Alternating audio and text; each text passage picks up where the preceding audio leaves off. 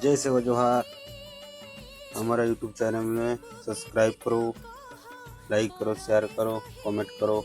हमारा मक्का का खेती देख रहे हो आप लोग, बिना यूरिया डाले हुए फूल आ गया है।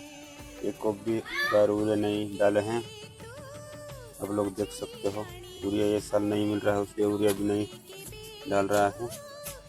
हम आज इसमें यूरिया डालने वाला है।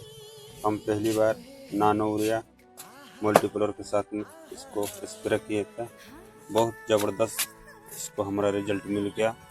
और दूसरी बार हम पहले स्प्रे किया, उसके बाद फिर 15 दिन के बाद में फिर एक बार मल्टीप्लर को स्प्रे कर दिया। ये भी देख सकते हो, इधर ये पीछे वाला है, इसमें फूल नहीं आया है, ये पीछे का लगाए हुए है। इसमें भी हम कद्दू नहीं डाले हैं, इसमें बहुत शानदार तरीके से बहुत फूल का टाइम आ गया है। इसमें हम आज कद्दू, इसमें भी आज कद्दू डालेंगे।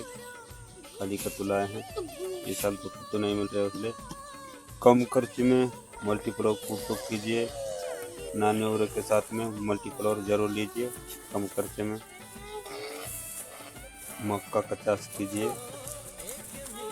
हम लोग भी 2 साल हो गया इसको यूज कर रहे हैं, आप लोग भी यूज करो।